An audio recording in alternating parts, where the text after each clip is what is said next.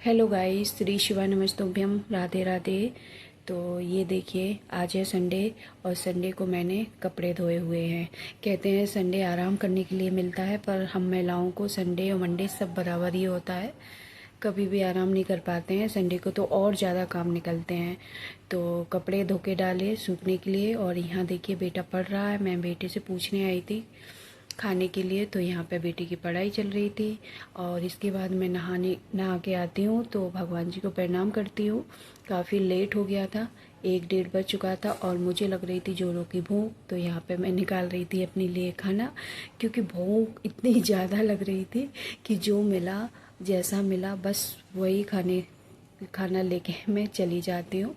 और जाके मैं कमरे में खाना खाती हूँ। खाना खाने के बाद फिर मैं बेटे के साथ थोड़ा सा रील बनाती हूँ, क्योंकि ये भी एक काम ही है, तो इसको भी करना ही होता है। और फिर मैं करती हूँ थोड़ी देर आराम। तो यहाँ आराम कर रही थी और साथ में कथा भी सुन रही थी।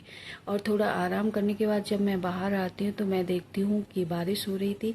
ये तो अच्छा हुआ कि सारे कपड़े सूख गए थे, और कुछ कपड़े मैंने अंदर डाल दिए थे सूखने के लिए, नहीं तो कपड़े गीले हो जाते, क्योंकि मैं थोड़ा सा सो गई थी। और इसके बाद फिर मैं कमरे में आती हूँ तो कपड़ों का घड़ी करके रखती हूँ सबको, क्योंकि बेटे के यूनिफॉर्म वगैरह भी थी, वो भी प्रेस करनी थी। तो उन सबको मैं अच्छे से घड़ी मरी बना के एक जैसा अपनी अपनी जगह पर रख देती हूँ।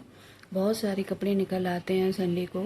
कभी कभी तो ऐसा लगता है संडे पूरा काम काम में ही निकल जाता है। इतना तो मंडे ट्यूसडे किसी और दिन काम नहीं पड़ता है जितना संडे को काम पड़ जाता है।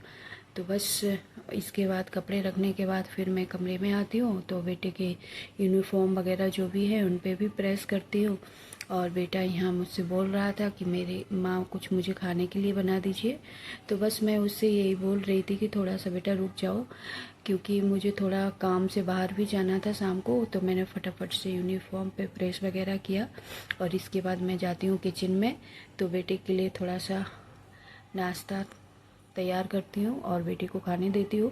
इसके बाद मैं बाज़ार जाती हूँ, वहाँ से आने के बाद फिर मैं करती हूँ रात के खाने की तैयारी, जिसमें मैंने बनाई हुई है तुअर की दाल।